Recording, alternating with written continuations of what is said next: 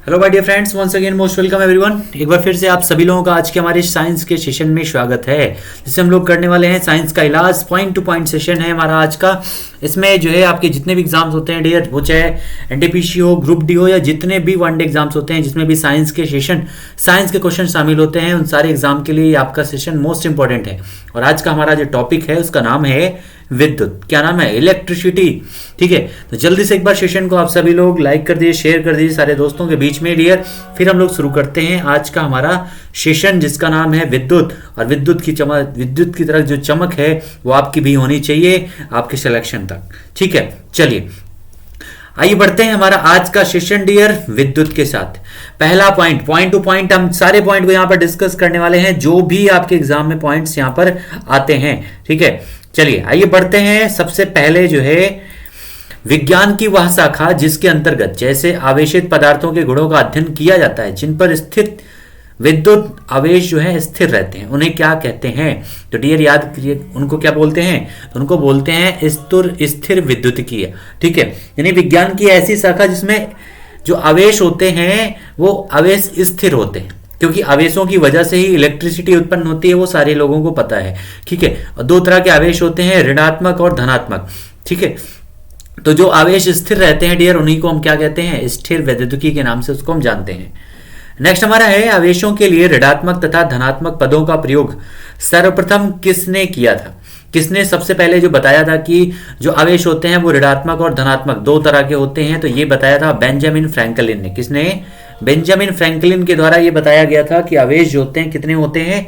दो तरह के होते हैं। अगला हमारा है घर्षण से प्राप्त विद्युत को क्या कहा जाता है? तो घर्षण से प्राप्त विद्युत होता है, यानी विद्युत घर्षण। ठीक है, तो विद्युत घर्षण होता है जो घर्षण से प्राप्त किया जाता है। जितने भी आपके दोस्त होंगे सारे लोगों को सेशन शेयर कीजिएगा साइंस का डियर, क्योंकि ये साइंस जो है आपके किसी भी एग्जाम में आप बैठने वाले हो, हर एग्जाम के लिए इंपॉर्टेंट है।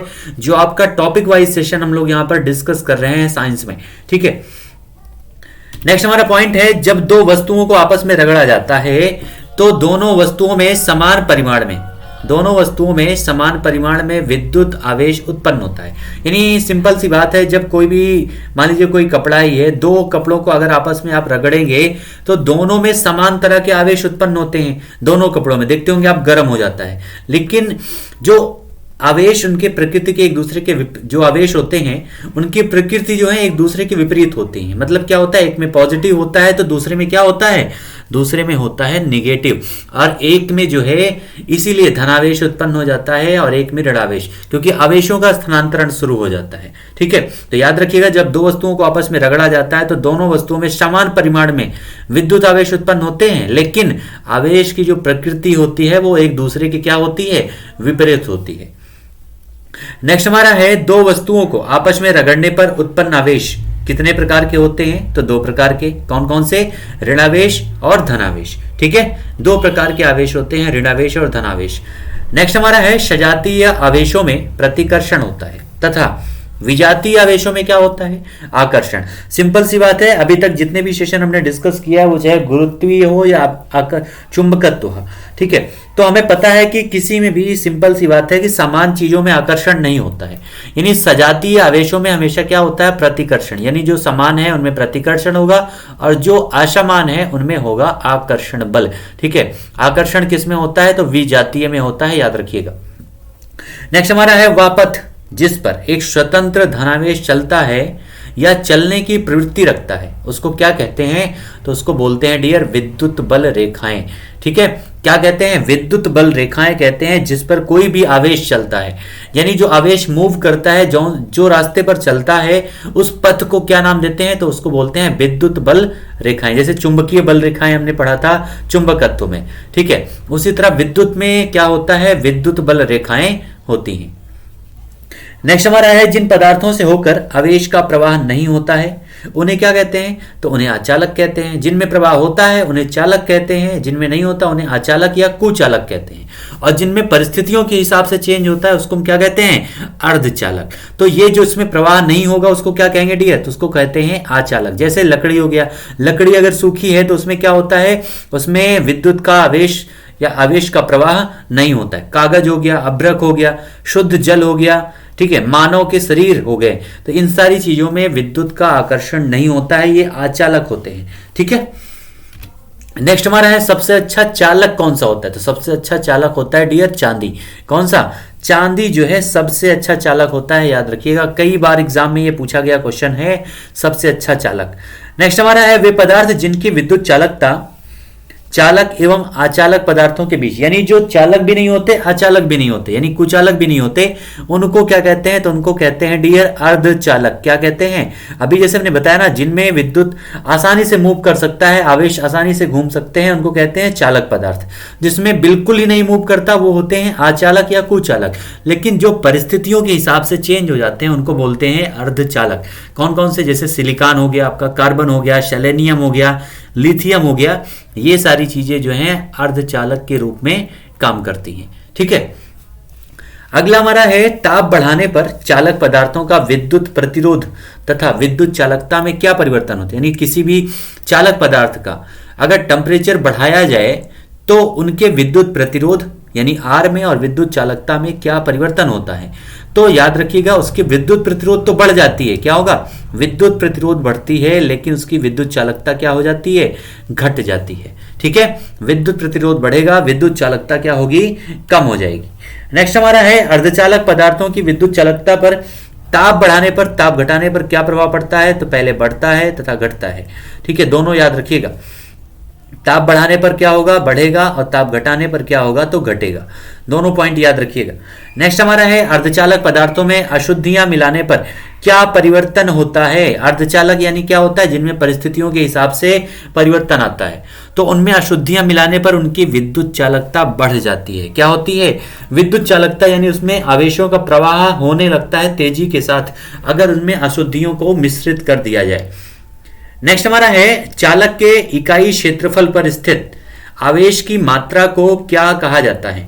चालक के इकाई क्षेत्रफल पर, ठीक है, स्थित जो आवेश होते हैं उनकी मात्रा को क्या नाम दिया जाता है डियर? तो उसको कहते हैं आवेश का पृष्ठ घनत्व। क्या कहते हैं?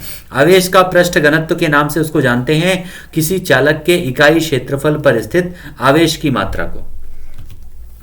नेक्स्ट हमारा है चालक का पृष्ठ घनत्व किस पर निर्भर करता है। तो किसी भी चालक का जो पृष्ठ घनत्व है वो उसके आकार पर और उसके आसपास स्थित चालक व विद्युत रोधी पदार्थों पर निर्भर करता है। ठीक है, किसी भी चालक का जो पृष्ठ घनत्व है वो किस पर निर्भर करेगा? उसके आकार पर और उसके आसपास में जो भी चालक पदार्थ या विद्युत रोधी पदार्थ हैं उन पर निर्भर करता है।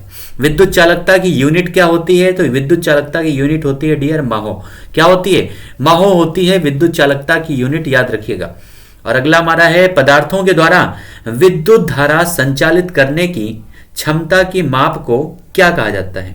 तो पदार्थों के द्वारा जो विद्युत धारा संचालित करने की जो क्षमता की माप है उसको कहा जाता है विद्युत चालकता। ठीक है, यानी कितना चालकता है उस पदार्थ की, कितना उसमें आवेश मूव कर सकते हैं, उसी को क्या बोलते हैं? तो विद्युत चालकता बोलते हैं। ठीक है, तो आंसर क्या हो जाएगा डियर? विद्युत चालकता। ये सारे जो क्वेश्चन है डियर आपके पॉइंट वाइज लगातार 20 सालों से आ रहे हैं, सारे क्वेश्चन को एक साथ हमने लिया है। वो सारे एग्जाम के जितने भी आपके एग्जाम होते हैं, वनडे एग्जाम, सारे एग्जाम के टॉपिक वाइज हमने इसको कलेक्ट किया है, याद रखिएगा। आंसर हो जाएगा विद्युत चालकता। नेक्स्ट हमारा है डिजिटल लॉजिक के संदर्भ में नॉट गेट को किस नाम से जाना जाता है। तो डिजिटल लॉजिक के संदर्भ में जो है नॉट गेट को किस नाम से जानते हैं डियर?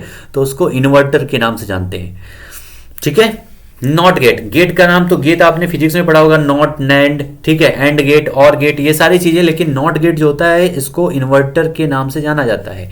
ठीक है, अगला हमारा है वह पदार्थ जिस पर विद्युत क्षेत्र का कोई प्रभाव नहीं पड़ता है तथा जिसमें से होकर विद्युत आवेश का प्रवाह नहीं हो सकता है। यानी ऐसे पदार्थ जिनसे विद्युत का प्रवाह नहीं होता है वो क्या कहलाते हैं? इंसुलेटर, यानी कुचालक पदार्थ जो होते हैं उन्हीं को कहते हैं। उसमें विद्युत आवेश का किसी भी तरह से प्रवाह नहीं हो सकता है। जैसे अभी हमने डिस्कस किया था, कागज होता है, लकड़ी होती है, ये सारी चीजें। ठीक है, नेक्स्ट हमारा है शुद्ध जल विद्युत का कुचालक है, लेकिन वही जो लवणीय जल होता है वो सुचालक होता है। दोनों पॉइंट याद रखिएगा। शुद्ध जल जो होता है विद्युत का क्या है? कुचालक, यानी उसमें विद्युत असर नहीं करता, आवेश मूव नहीं करता है। लेकिन जो लवणीय जल होते हैं उसमें वो जल विद्युत का क्या होता है? सुचालक होता है। अगला हमारा है बिजली का बल्ब किससे अर्थित होता है, तो शक्ति और वोल्टता से। बिजली का जो बल्ब होता है वो किससे, उसको जो अर्थ दिया जाता है तो वो होता है शक्ति और वोल्टता से। ठीक है, शक्ति का जो मात्रक होता है, कमेंट में जल्दी से आप लोग बताइएगा शक्ति का मात्रक क्या होता है, बी फास्ट एवरीवन। ठीक है, नेक्स्ट हमारा है तड़िता, किसके द्वारा उत्पन्न, तड़िता मतलब जो आकाशीय बिजली होती है, समझ रहे हैं ना, जो बिजली गिरती है बारिश के मौसम में, उसी को कहते हैं तड़िता। किसके द्वारा उत्पन्न होती है, तो विद्युत विसर्जन के द्वारा उत्पन्न होती है तड़िता। ठीक है, विद्युत विसर्जन के द्वारा। और जिन पदार्थों में अनंत विद्युत प्रतिरोध होता है उन्हें क्या कहते हैं, उनको कहते हैं विद्युत रोधी। ठीक है, विद्युत रोधी उनको कहते हैं जिनमें अनंत विद्युत प्रतिरोध होता है, यानी उसमें प्रतिरोध इतना ज्यादा होता है कि वहां पे विद्युत जा ही नहीं सकती है, तो उसको क्या बोलेंगे, विद्युत रोधी के नाम से उसको जानते हैं। नेक्स्ट हमारा है चुंबक रक्षक, किसके टुकड़े होते हैं, तो चुंबक जो रक्षक होते हैं वो नर्म लोहे के टुकड़े होते हैं, किसके, नर्म लोहे के। और एसी को जो है डीसी में, एसी को डीसी में, जो एसी और डीसी करंट होता है आपका, उसको एसी को डीसी में रूपांतरित करने के लिए प्रयुक्त जो साधन है उसको क्या कहते हैं, उसको कहते हैं दिष्टकारी। दिष्टकारी के द्वारा जो है करंट का ट्रांसफर जो है एसी का डीसी में किया जाता है, किसके द्वारा, दिष्टकारी के द्वारा। नेक्स्ट हमारा है नॉट गेट, जिसके किसके द्वारा क्रियान्वित किया जा सकता है, तो नॉट गेट का क्रियान्वयन जो है एकल ट्रांजिस्टर के द्वारा किया जाता है, किसके द्वारा डियर, एकल ट्रांजिस्टर के द्वारा नॉट गेट का क्रियान्वयन किया जाता है। नेक्स्ट हमारा है सबसे बढ़िया इंसुलेटर कौन सा है, तो सबसे बढ़िया इंसुलेटर है कांच, जिसमें कोई भी विद्युत का असर नहीं होता है। और बिजली की उच्च वोल्टता वाले तार पर बैठे पक्षी को विद्युत प्रभावित नहीं करता है, क्यों, क्योंकि उसका जो विद्युत धारा है उसको एक पथ प्रदान नहीं करता, यानी एक समृद्ध पथ नहीं बनता है। जब तक किसी भी आवेश में विद्युत धारा का समृद्ध पथ नहीं बनेगा तब तक वो आपको करंट नहीं मार सकता है। ठीक है, इसीलिए जो बैठा हुआ पक्षी है तारों पर, उनको जो है झटके नहीं लगते हैं विद्युत के, याद रखिएगा। ठीक है, तो आंसर क्या हो जाएगा, समृद्ध पथ नहीं बनता है इसीलिए। नेक्स्ट हमारा है ठोस अवस्था में विद्युत धारा प्रवाहित करने वाला पदार्थ कौन सा है, तो ठोस अवस्था में विद्युत धारा प्रवाहित करने वाला जो पदार्थ है डियर, उसका नाम क्या है, उसका नाम है ग्रेफाइट। क्या नाम है, ग्रेफाइट जो है ठोस अवस्था में विद्युत धारा प्रवाहित करने वाला पदार्थ है। सबसे कठोर पदार्थ है ग्रेफाइट, याद रखिएगा, कार्बन का अपर रूप है। ठीक है, और नेक्स्ट हमारा है जो ठोस उच्च ताप पर विद्युत का वहन करते हैं परंतु न्यून ताप पर नहीं करते हैं, उनको क्या कहते हैं, तो उनको बोलते हैं अर्धचालक। अर्धचालक के बारे में हमने पहले ही बताया था कि अर्धचालक मतलब क्या होता है, जो परिस्थितियों के हिसाब से अपनी कंडीशन को चेंज करते हैं। तो जो उच्च ताप पर विद्युत का वहन करते हैं लेकिन न्यून ताप पर नहीं करते हैं, उन्हें क्या नाम देंगे, तो अर्धचालक के नाम से उनको हम जानते हैं। ठीक है, और घरेलू विद्युत उपकरणों में प्रयुक्त सुरक्षा फ्यूज तार किस धातु से बनी होती है, जिस धातु से बनी होती है उसका नाम, उस जिसका क्या होता है, गलनांक कम होता है। मतलब सिंपल सी बात है, घरों में जो फ्यूज लगा होता है वो किस जो है आपका, उसका गलनांक क्या होता है, कम होता है या ज्यादा होता है। सिंपल सी बात है, फ्यूज अगर लगाए हैं तो इसका मतलब है कि घरों की लाइट की सुरक्षा के लिए लगाया गया है। और फ्यूज में जो तार लगा होता है यानी जो भी पदार्थ लगा होता है उसका गलनांक कम होता है। क्यों, क्योंकि अगर थोड़ा सा भी अगर विद्युत की कैपेसिटी बढ़ेगी, पावर अगर बढ़ेगा तो वो तार क्या होता है, गल जाता है, जिससे घर की कनेक्टिविटी कट जाती है, जिसकी वजह से लाइट कट जाएगी और जो भी आपके यहाँ इंस्ट्रूमेंट्स होंगे वो बर्बाद होने से बच जाते हैं। इसीलिए जो फ्यूज तार होता है उसका गलनांक क्या होता है डियर, बहुत ही कम होता है उसका गलनांक, याद रखिएगा। और फ्यूज तार जो है किसका मिश्रण होता है, किस धातु का बना होता है, कमेंट सेक्शन में जल्दी से आंसर बताइएगा। ठीक है, तो ये सारे हमारे आज के सेशन के क्वेश्चन थे डियर, जो भी मोस्ट इंपॉर्टेंट पॉइंट थे विद्युत से संबंधित।